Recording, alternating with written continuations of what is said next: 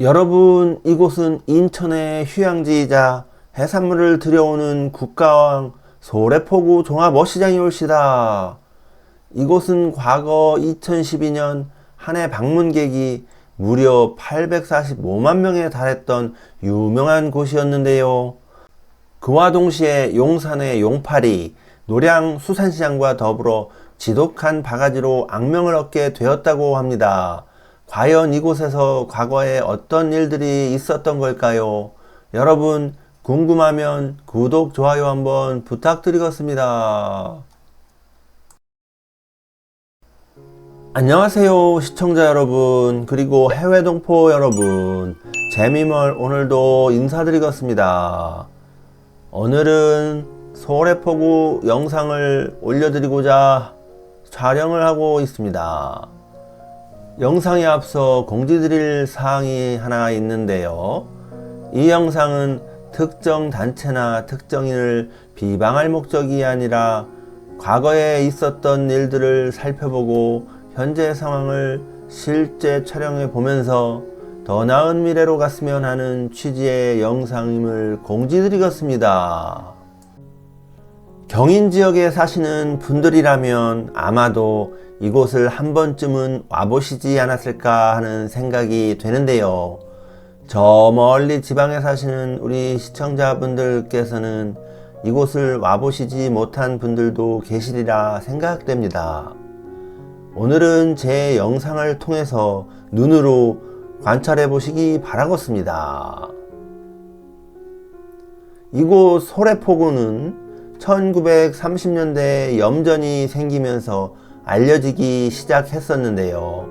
1937년 일본이 수인선 협괴열차를 부설하면서 소래역을 만든 이래로 소래포구는 작업 인부와 염분을 실어 나르는 배들이 정박하며 더욱 활성화되었고 1947년 인천 내항 준공 이후 새우잡이 소형어선이 정박 가능한 소래로 포구를 옮기면서 수도권의 대표적인 재래항이 되었다고 합니다.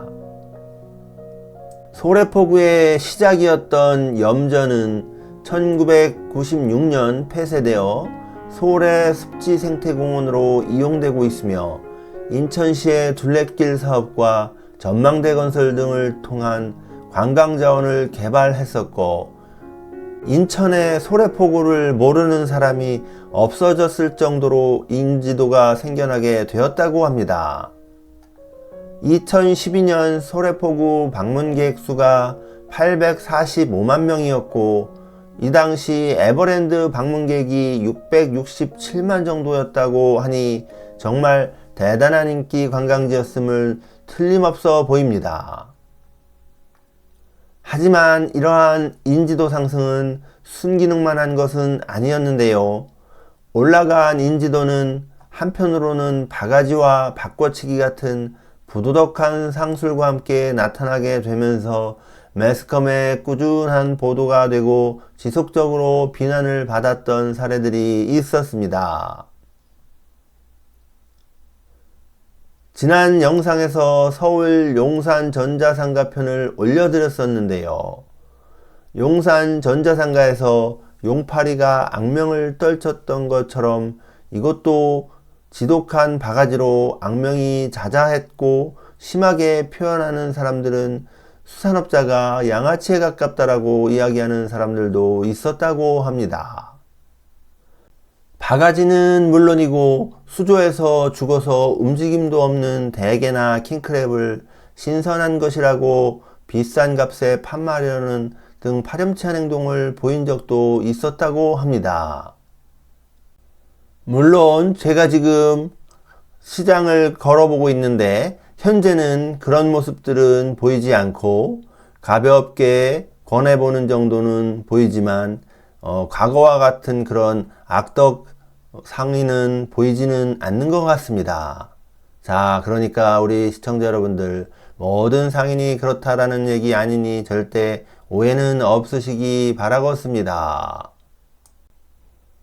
과거 인천시 지역신문에 보도된 기사들을 보면 일명 삐끼질, 악질 호객행위는 약 30년 전인 1990년대부터 매우 유명했다고 하는데요.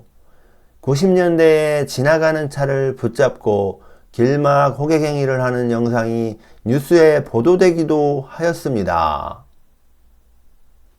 2017년 어시장 화재 이후 리모델링을 하면서 많이 깔끔해졌고, 해당 행정기관에서도 호객행위를 근절하기 위한 노력을 기울였으며, 상인들도 꾸준히 바가지를 안 씌우겠다고 약속과 자정행위를 꾸준히 해오긴 했으나, 재벌릇 개 못 준다는 말처럼 잊을만 하면 다시 이슈화 되기도 하였습니다.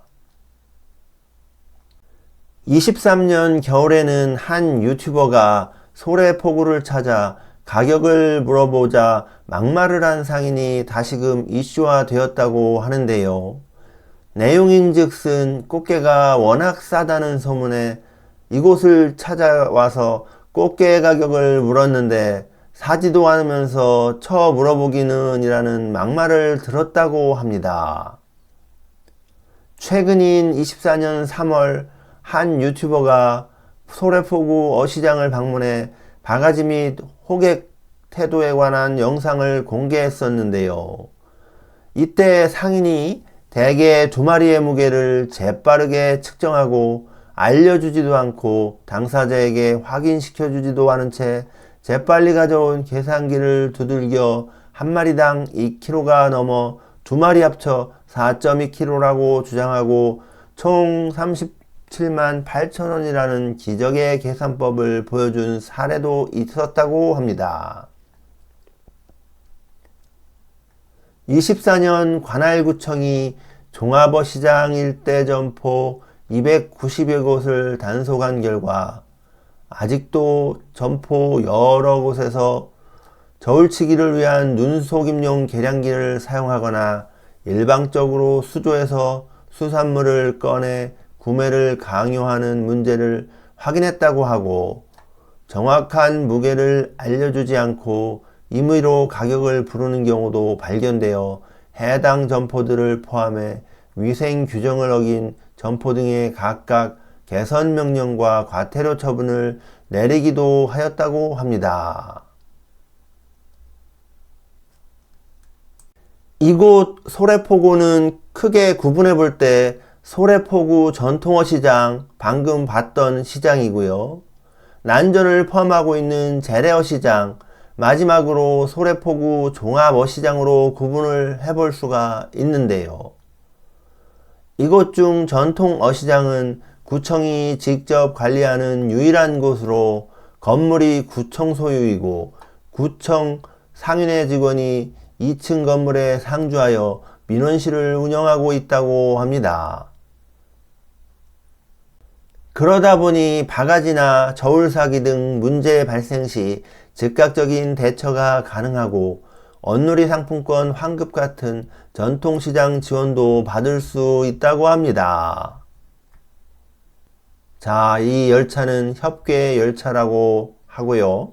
1994년까지 소래철교를 다녔던 구 수인선 열차라고 합니다. 개인 어시장 같은 경우는 공판장에서 남은 P급부터 B급까지 싹 모이는 곳으로 잘하는 사람이 가면 의외로 싸고 좋게 살 수가 있지만, 잘 모르는 사람이 가게 되면 돈 주고 좋지 못한 물건을 살 수도 있다고 합니다. 소래포구 종합어시장은 2012년 외지인들이 건물을 짓고 들어온 개인 건물주들로 구성되어 있다고 하는데요. 이렇다 보니 주기적인 구청의 단속과 자체적인 상인의 규제만 있는 상황인데요.